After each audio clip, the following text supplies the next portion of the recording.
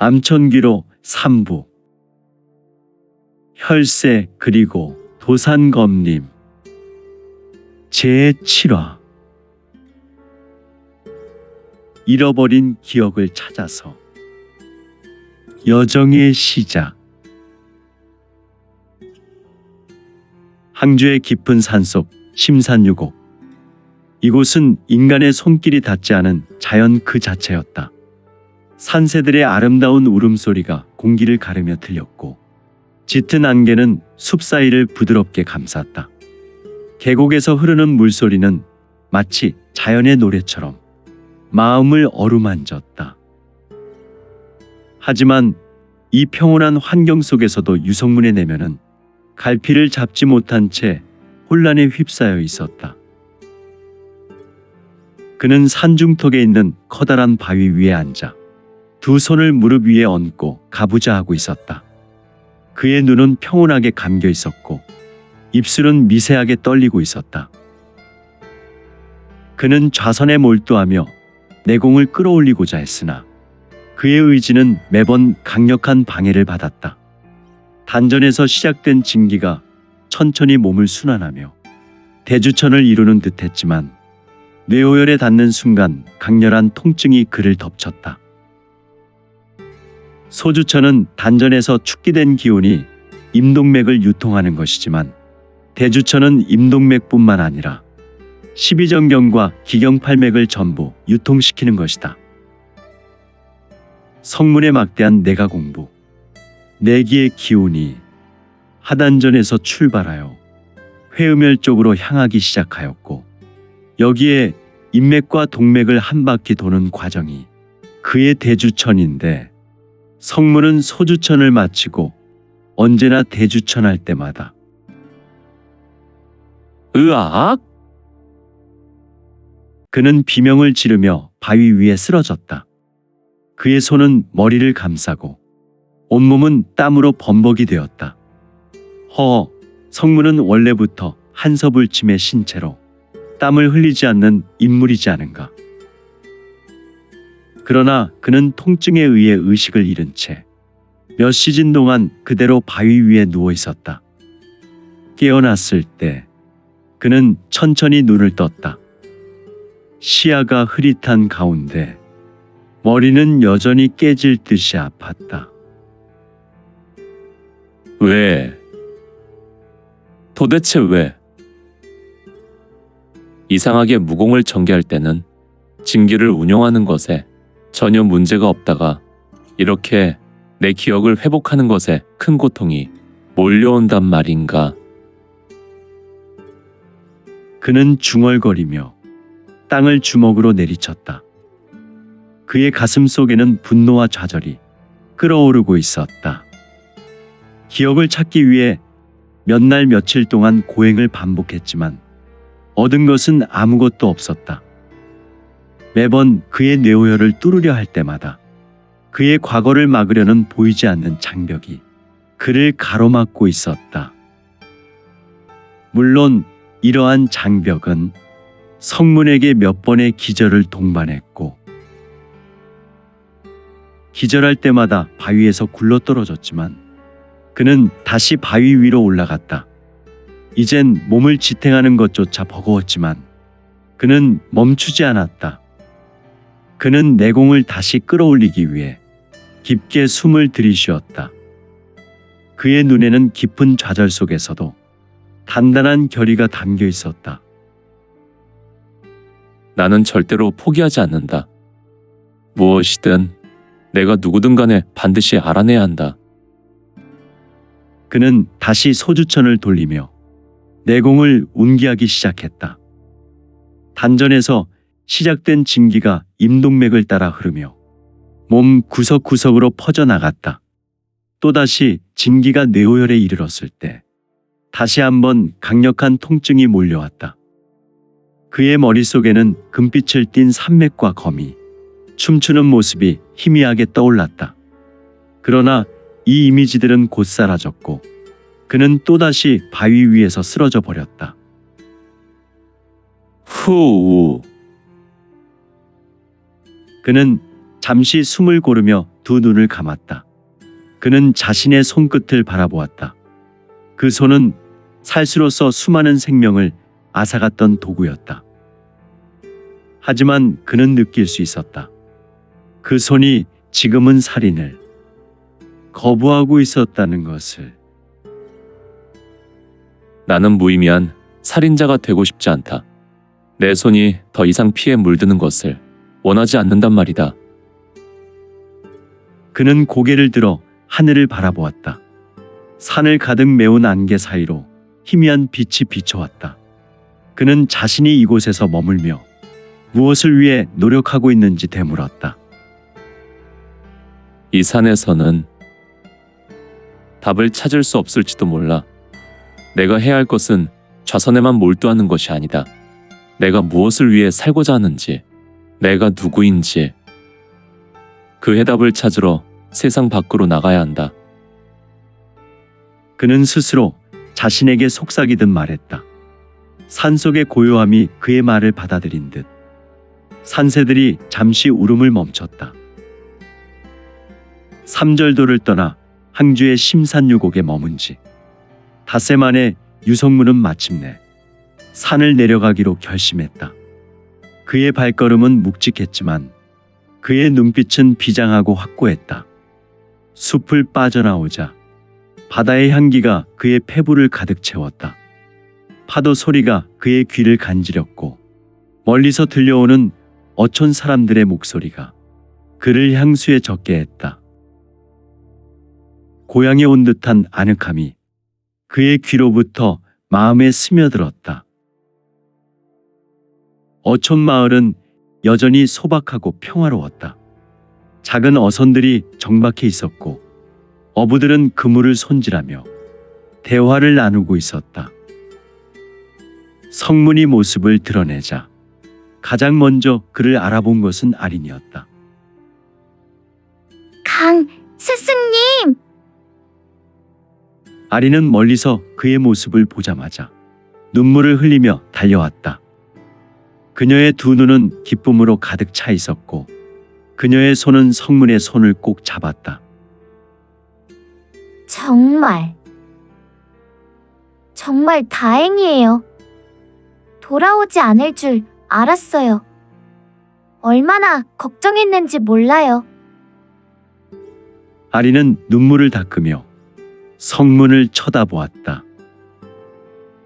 성문은 그녀의 눈을 보며 미소를 지으려 했지만 마음 한구석은 무거웠다. 미안하구나, 아린. 내가 너무 늦게 돌아왔다. 그의 말에 아린은 고개를 저으며 대답했다. 아니에요. 괜찮아요. 이렇게 돌아오셨잖아요. 그것만으로도 충분해요. 어촌 사람들도 성문의 귀환을 모두 환영해 주었다. 마을 사람들은 그가 돌아왔다는 소식을 듣고 모여들었다. 그들은 그의 용맹과 정의로움을 알고 있었기에 그가 어촌을 떠난 뒤에도 언제나 그의 안위를 걱정해왔다. 그날 밤 어촌 촌장은 성문을 집으로 초대했다. 촌장의 집은 작고 아늑했으며 오래된 나무 냄새가 풍겼다. 촌장은 성문과 마주 앉아 차를 따라주며 말했다. 강 선생이 돌아오니 마을이 다시 활기를 찾는 것 같네. 하지만 선생님의 얼굴에서 어딘가 무거운 고민이 보이요. 강 선생님 괜찮은 것이요. 성문은 잠시 머뭇거리다 대답했다. 촌장님, 제가 이곳에 있으면 저 때문에 마을이 위험해질 것 같아 걱정입니다. 제 과거가 무엇인지 모르겠지만 그것이 저를 따라올 것 같은 불길한 예감이 듭니다. 이 불안과 악순환의 고리를 끊어야 합니다. 촌장은 깊은 한숨을 내쉬며 말했다. 이 마을의 스승님이 어떤 사람인지는 중요하지 않소. 그대가 지금 어떤 사람이 되고 싶은지가 더 중요하지 않겠소? 하지만 내 생각에는 강 선생님이 스스로 떠나야 한다면 그건 우리가 선택할 일이 아닌 강 선생님 스스로 선택하는 것이 맞는 것 같소. 성문은 고개를 끄덕이며 결의를 다졌다. 그가 떠나야 한다는 사실을 깨달았다. 어초는 그에게 너무나 따뜻했지만 그의 마음속에 자리 잡은 불안감을 떨칠 수는 없었다. 다음 날 아침, 그는 아린과 마을 사람들에게 작별 인사를 건넸다. 그는 그들과 함께 있는 것이 그리웠지만 자신의 길을 찾기 위해 떠나야 한다는 사실을 알고 있었다. 여러분, 저를 따뜻하게 맞아주셔서 감사합니다. 그리고 전 언제나 마을 어른들과 여러분이 제 생명의 은인이라는 것을 너무 잘 알고 있어서 그동안 너무 감사했습니다. 하지만 저는 떠나야 합니다. 이제 저 자신을 찾아야 하고 제 길을 걸어야 합니다. 그리고 세월이 지나 언젠가 다시 돌아오겠습니다. 마을 사람들은 그의 결정을 존중하며 그를 배웅했다. 아리는 눈물을 흘리며 그의 손을 붙잡았다. 스승님, 꼭 돌아오셔야 해요. 약속해 주세요. 성문은 고개를 끄덕이며 그녀의 손을 꼭 잡았다. 꼭 돌아오겠다. 내가 찾고자 하는 것을 찾고 반드시 다시 돌아올 것이다.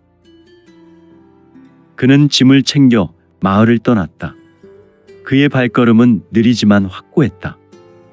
앞으로 어떤 길이 펼쳐질지는 알 수 없었지만 그의 마음속에는 절대로 흔들리지 않을 결의가 자리하고 있었다. 유성문은 어촌을 뒤로 한 채 잃어버린 과거를 찾아 강으로 나아갔다. 바닷바람을 맞으며 그가 지나간 길은 평화롭고도 고요했지만 그의 마음은 새로운 세계로의 첫걸음에서 오는 설렘과 불안으로 가득 차 있었다.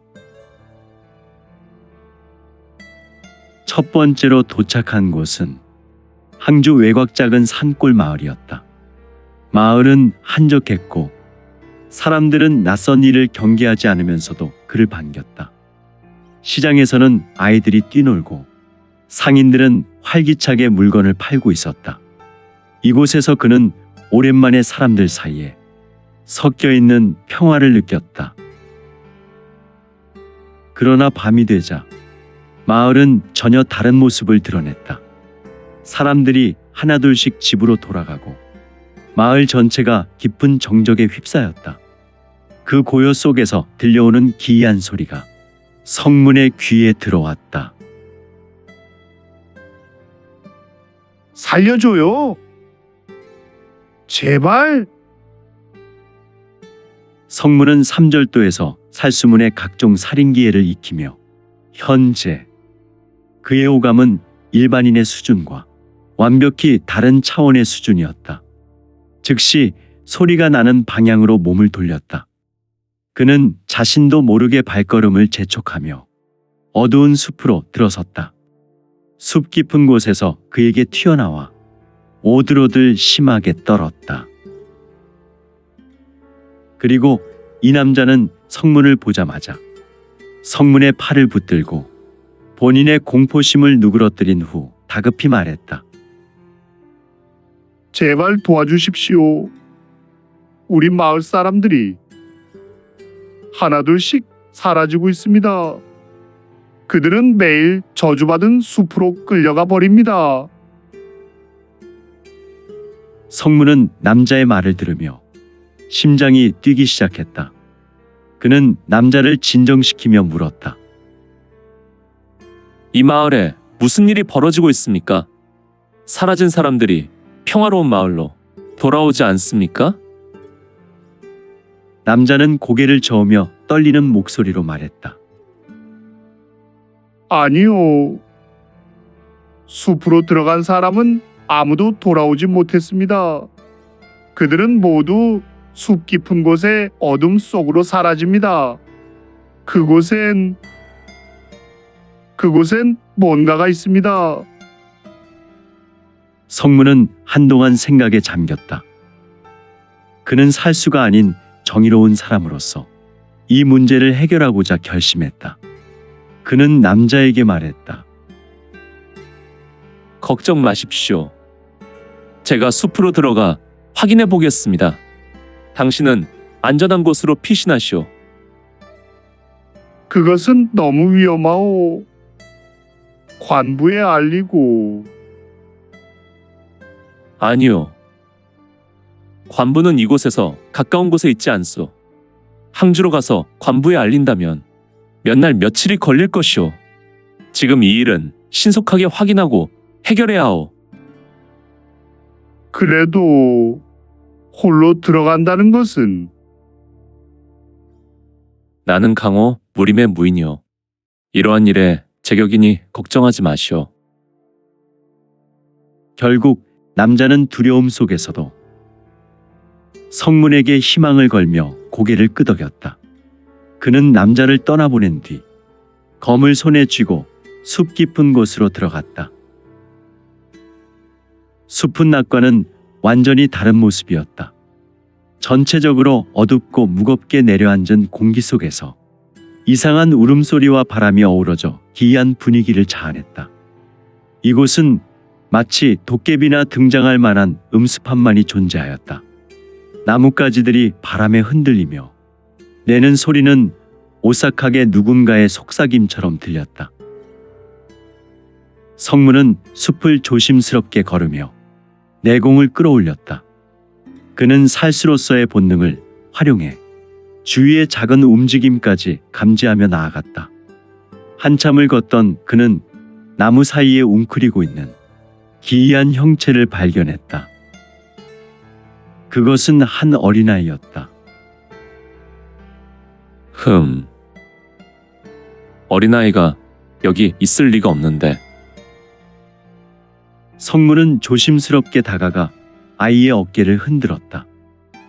그러나 아이가 고개를 들었을 때 그는 경악을 금치 못했다. 아이의 얼굴은 텅 빈 눈동자로 가득 차 있었고 입술에서는 피가 흘렀다. 그리고 그 순간 아이는 사라졌다. 헉! 환영인가? 그는 깊은 숨을 내쉬며 당황한 마음을 진정시켰다. 하지만 그의 등 뒤에서 들려온 무거운 발걸음 소리에 다시 긴장했다. 그는 재빨리 몸을 돌려 검을 들었다. 그 앞에는 거대한 그림자 같은 존재가 서 있었다. 그 존재는 인간의 형태를 하고 있었지만 그의 몸에서는 검붉은 안개가 뿜어져 나오고 있었다. 너는 누군가의 복수를 위해 이곳에 온 것인가? 그 그림자는 낮고 울리는 목소리로 물었다. 허허, 지저 아수라의 사자들이나 내는 목소리가 아니던가. 성문은 검을 겨누며 대답했다. 나는 복수를 위해 여기에 온 것이 아니다. 나는 사람들을 구하고 이 숲에 걸린 저주를 풀고자 한다. 그림자는 기괴한 웃음을 터뜨리며 말했다. 내가 누구인지도 모른 채 이 짙은 어둠을 상대할 수 있다고 생각하느냐? 내가 잃어버린 과거를 찾기 위해 이 길을 걷고 있다면 흐흐흐흐흐흐. 그 답은 바로 이곳에 있다. 성문은 그림자의 말을 들으며 더욱 단단히 검을 쥐었다. 이 녀석은 뭐지? 나의 상태를 알고 있는 것인가? 그는 느낄 수 있었다. 이 존재는 단순히 숲을 지배하는 괴 정체가 아니었다. 그것은 그가 찾고자 하는 과거와 깊이 얽혀 있었다. 혹시 내가 진법에 빠진 것인가? 성문은 순간 짙은 의문이 들었으나 내가 무슨 말을 하려는지 모르겠지만 나는 이곳에서 물러나지 않을 것이다. 이에 어두운 그림자는 조용히 웃더니 손을 뻗어 검붉은 기운을 일으켰다. 그 지독한 기운은 순식간에 숲을 가득 채우며 성문을 둘러쌌다. 이에 성문은 검을 휘두르며 그 기운을 날카롭게 베어냈다. 그의 내공은 강력했고 그 기운을 뚫고 나아갈 수 있었다. 그러나 싸움이 계속될수록 그는 점점 자신의 진기가 얽히고 꼬이는 것을 느꼈다. 그 순간 그의 머릿속에 또다시 금빛 산맥과 웅장한 검의 환영들이 떠올랐다. 이번엔 더 선명하게 보였다. 그는 그 환영을 잡으려 했었지만 그것은 순식간에 사라졌다. 내가 누구인지 알고 싶다면 끝까지 싸워라. 그렇지 않으면 너는 모든 것을 영원히 잊혀질 것이다. 그림자는 마지막으로 이 말을 남기고 순식간에 사라졌다. 성문은 무릎을 꿇고 깊게 숨을 내쉬었다. 그리고 헉, 헉, 헉. 내가 누구인지. 나는 내 기억을 반드시 되찾겠다. 성문은 거친 숨을 내쉬며 검을 다시 고쳐 쥐었다. 그의 주변은 여전히 짙은 검은 안개에 휩싸여 있었고 숲은 그의 발소리에만 반응하는 듯 정적에 잠겨 있었다. 방금 마주한 그림자의 기운은 이 숲이 단순히 자연의 산물이 아님을 증명하고 있었다. 이곳은 단순히 저주받은 숲이 아니야. 뭔가 더 큰 비밀이 숨겨져 있어. 그는 살수의 수업을 받을 때 오감을 극대화하는 절기를 익혀왔다. 그는 이 신비한 숲을 걸으며 본인이 원하지 않았지만 자동적으로 오감과 기감이 극대화하여 주의하며 걸었다. 성문은 주변을 살피며 천천히 걸음을 옮겼다. 그러나 발걸음을 내디딜 때마다 마치 자신이 같은 자리를 맴돌고 있는 듯한 기분이 들었다. 나뭇가지와 바위의 위치가 조금도 달라지지 않았고 그는 자신이 현묘한 진법에 갇혔다는 사실을 비로소 깨달았다. 이놈들, 진법으로 나를 가두려는 건가? 성문은 내가 공부의 진기를 강력하게 끌어올리며 두 눈을 돋우었다. 또한 진기를 끌어올려 자신의 의식을 또렷하게 만들었다. 그는 천천히 내기를 순환시키며 진법의 흐름을 찾으려 했었다. 하지만 지독한 진법 속에서 그의 진기가 뇌오열을 건드릴 때마다 찾아오는 강렬한 두통이 그의 의지를 흔들었다. 그때였다. 숲속 깊은 곳에서 낮은 웃음소리가 들려왔다. 흐흐흐흐. 재미있군. 이 혼몽계약진을 뚫으려 하다니. 너는 정말 용감하거나 지독히도 어리석은 자로구나. 그 소리는 마치 여러 사람의 목소리가 뒤섞인 듯 불길한 울림으로 다가왔다. 성문은 긴장하며 검을 들었다. 나타나라. 숨어서 비열하게 굴지 말고 정정당당히 나와서 싸우자. 그가 소리치자 주변의 검은 안개가 소용돌이치며 5개의 그림자가 호련히 나타났다. 그들은 모두 긴 검은 장포를 입고 있었으며 얼굴은 가면으로 가려져 있었다. 그들의 몸에서 뿜어져 나오는 기운은 일반적인 강호 무림의 무공과는 차원이 달랐다. 아니, 엄밀히 따지면 차원보다는 매우 기괴했다. 내가 이 숲에 들어온 것은 크나큰 실수였다. 우리는 흑명의 사도. 내 따위가 감히 우리의 경지를 넘볼 수는 없을 것이다. 그중 가장 앞에 선 자가 낮은 목소리로 말했다. 그의 손끝에서 검붉은 기운이 뻗어나오며 숲의 분위기를 더욱 음산하게 만들어 버렸다. 성문은 그들의 기운이 단순한 살기나 내공이 아니라 무언가 초자연적인 힘과 결합되어 있다는 것을 느꼈다. 그는 먼저 공격을 감행하기로 결심하고 살수문의 검법을 발휘하며 그들에게 조금도 망설이지 않고 돌진했다. 3절 파천! 검은 섬광이 그의 움직임을 따라 휘몰아쳤고 주변의 안개를 단번에 갈라놓았다. 그러나 흥령의 사도들은 전혀 흔들리지 않았다.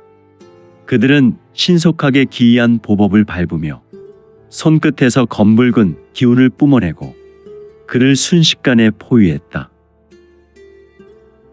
이놈, 너의 무공은 단지 살인의 예술일 뿐이다. 강호에서 살수 나부랭이었군.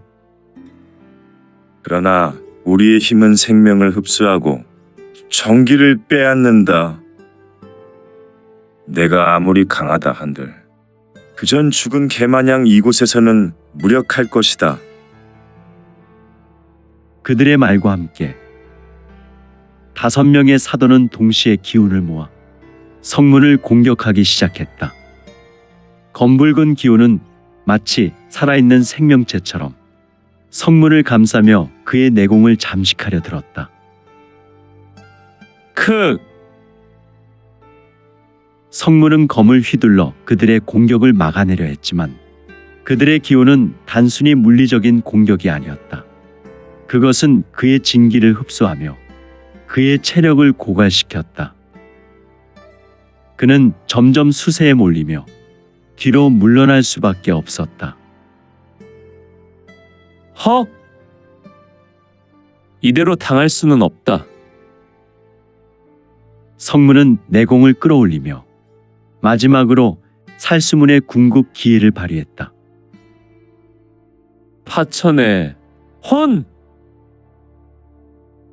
파천 멸 혼! 그의 검에서 뿜어져 나온 황금빛 기운이 사도들의 기운과 충돌하며 강렬한 폭발을 일으켰다. 하지만 그들의 힘은 여전히 그를 압도했다. 성문은 땅에 무릎을 꿇고 숨을 몰아쉬며 고개를 들었다. 그 순간 그의 마음속 깊은 곳에서 무언가가 깨어나는 느낌이 들었다. 그의 머릿속에는 금빛 산맥과 도의 형상이 선명하게 떠올랐다. 순간 그는 자신의 몸 깊숙한 곳에서 나오는 새로운 힘을 느꼈다. 이것은 분명 살수문의 무공이 아니었다. 그것은 완전히 다른 더욱 고결하고 강력하고 거대한 기운의 무공이었다. 이 힘은 그는 자신도 모르게 검을 쥔 손에 새로운 기운이 깃드는 것을 느꼈다. 그의 몸에서 뿜어져 나온 기운은 금빛으로 빛나며 숲 전체를 감쌌다. 그의 검이 새로운 빛을 발하며 격렬하게 진동하기 시작했다. 곤륜의 도검. 그는 그 힘이 자신 안에 내재되어 있던 곤륜의 무공이라는 것을 어렴풋 깨달았다. 그는 깊은 혼란에 빠졌지만 그 힘을 이용해 싸우기로 결심했다. 지금 격렬한 격투에 이것저것 따지고 생각할 겨를이 없었으니.